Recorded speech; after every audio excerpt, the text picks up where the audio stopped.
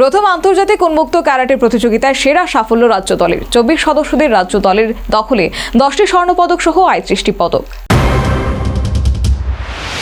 কলকাতার ডুমুরজলা ইনডোর স্টেডিয়ামে শেষ হলো প্রথম আন্তর্জাতিক উন্মুক্ত ক্যারাটে প্রতিযোগিতা। ভারত, নেপাল এবং ভুটান সহ দেশের বিভিন্ন প্রান্তের প্রতিযোগীরা আসরে অংশগ্রহণ করে, যার মধ্যে রাজ্য দল থেকে অংশগ্রহণ করেছিল 10 জন মেয়ে এবং 14 জন ছেলে সহ 24 সদস্যদের দল।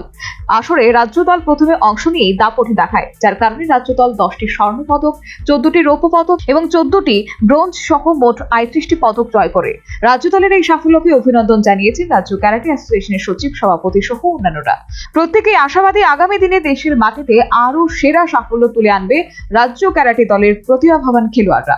Bureau report, news vanguard.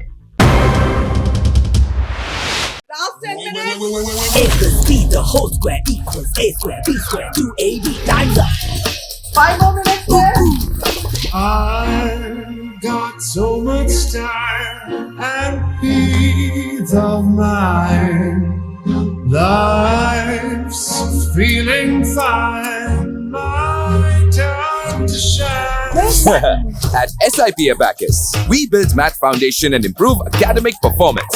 SIP Abacus,